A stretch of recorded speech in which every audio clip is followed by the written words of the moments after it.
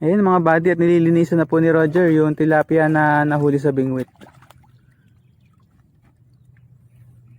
Jer, tatlo pala yung nahuli mo, ano? Bago pala ako dumating kanina, meron ka ng huli na isa. Oh, meron na isa. Jer, buhay pa yan ah. Buhay pa yung tilapia. Oh. Ay, wala pa ya. Oh. Baka yun ay lumangoy pa. Jer. Hindi na mabubuhay ito. Pag lumangoy, wala na bituka. Pero lumalangoy yan na, nagwawala eh. Wala. Oh. Ayun oh, ang mga buddy oh. Oo, Wala pa. pumipitik pa yung tilapia eh oh. Oh, gusto pang makaalpas. Ayun mga buddy, naghihiwa na si Roger ng Pang-saog. Sa iniyaw. yan yung ilalagay mo sa tiyan, Jer, no? Yan. Ayan mga buddy, at nagpaparingas na po si Roger ng aming pag-iihawan ng tilapia.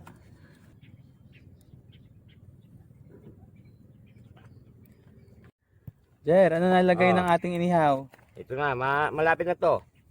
Ayun, brown na yan, Jer ah. Brown na. Nangitim ng iba. Nangitim na. Mukhang nagliyab yung inihaw natin, Jer ah. Ah, Jer. Nagliyab yung ano. Pakita mo nga sa kanila yung jacket mo, Jer. Pakita mo nga yan. Ito na ngayon oh. Ayun oh, mula kayo yung driver oh. Ayun, ayos.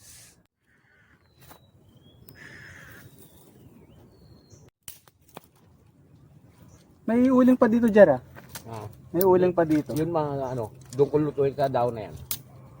Yan, ibuo ko dyan. Anong gagawin mo dito, ano, luto? Yan ano ko lang, ipatong lang sa bagay yung pati yung ano. Itong saha. Oh.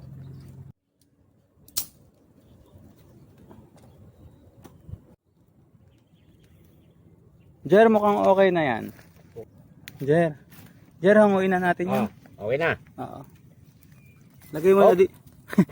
Nalaglag pa. Nalaglag pa yung isa. Lagay mo na dito, Jer. Oh. Lagay mo dyan. Ayos. Ay mga buddy, naluto na yung dalawa. Tapos may isasalang dito si Roger. Isasalang ako. Ito po ay isasalang daw niya kasama yung saha ng saging.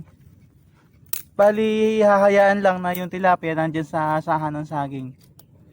Ilalagay po sa ibabaw ng baga. Anong luto ba yan, Jer? Parang iniyaw din siya. Inihaw pero din. hindi siya masurog. Pagbayos ah. Parang isinalang din sa kasirola yan, Jer. Bago yan, Jer, ha? Bago yan. Bagong ano to? Ayos ah. Sa'yo ko lang nakita yan, Jer. Ang inihaw, ano ba ang pwede nating itawag dyan? Inihaw na tilapia sa saha ng saging. Ayos oh. Yun ang title natin, no? Inihaw na tilapia sa saha ng saging. Ayos. Ayos, Jer. Ayos. Ayan mga buddy, hintayin natin maluto. Titingnan natin kung anong luto ang kauwian nito. Abangan natin mga buddy.